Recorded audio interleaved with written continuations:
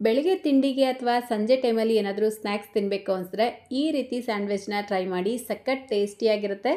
Sandwich ಇಷ್ಟಪಡೋರಿಗೆ ಇದಂತೂ ಒಂದು must try recipe.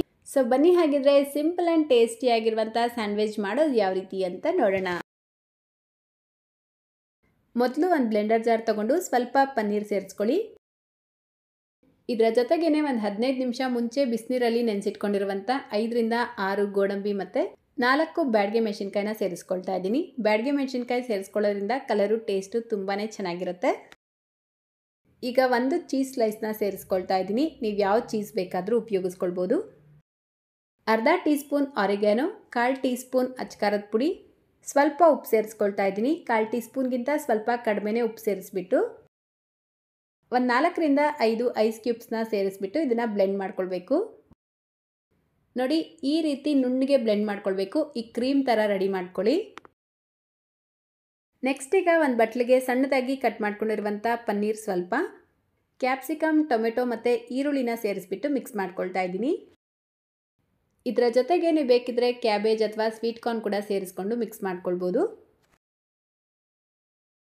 ಈಗ ನಾನಿಲ್ಲಿ ಬ್ರೆಡ್ ಸ್ಲೈಸ್ಗೆ ನಾವು ರೆಡಿ ಮಾಡ್ಕೊಂಡಿರುವಂಥ ಈ ಕ್ರೀಮ್ ಏನಿದೆ ಅದನ್ನು ನೀಟಾಗಿ ಹಚ್ಕೊಳ್ತಾ ಇದ್ದೀನಿ. 2 ಸ್ಲೈಸ್ಗೂ ಈ ರೀತಿ ನೀಟಾಗಿ ಹಚ್ಕೊಂಡು ಇದರ ಮೇಲ್ಗಡೆ ನಾವು ಮಿಕ್ಸ್ ಮಾಡಿ ತೆಗೆದಿಟ್ಕೊಂಡಿರುವಂಥ ಪನ್ನೀರ್, ಈರುಳ್ಳಿ ಎಲ್ಲ ಏನಿದೆ ಅದನ್ನು ಸ್ಪ್ರೆಡ್ ಮಾಡ್ಕೊಳ್ಬೇಕು.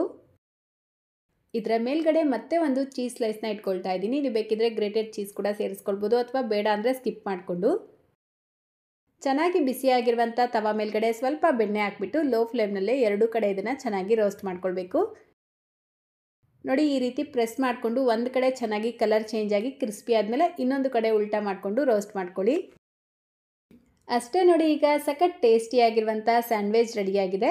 ತಿನ್ನೋದಕ್ಕಂತೂ ಸಖತ್ತಾಗಿರುತ್ತೆ. ಈ ಮೆಥಡಲ್ಲಿ ಒಂದು ಸಲ ಆದರೂ ಟ್ರೈ ಮಾಡಿ.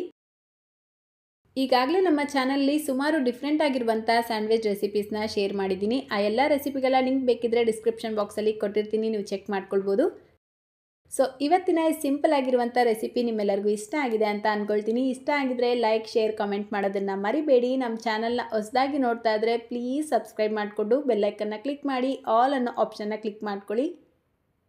ಫೇಸ್ಬುಕ್ಕಲ್ಲಿ ನೋಡ್ತಾ ಇದ್ದರೆ ಫಾಲೋ ಮಾಡಿ ಅಂತ ಹೇಳ್ತಾ ಇದೇ ರೀತಿ ಮತ್ತೊಂದು ರೆಸಿಪಿಯೊಂದಿಗೆ ಸಿಗೋಣ. Thank you.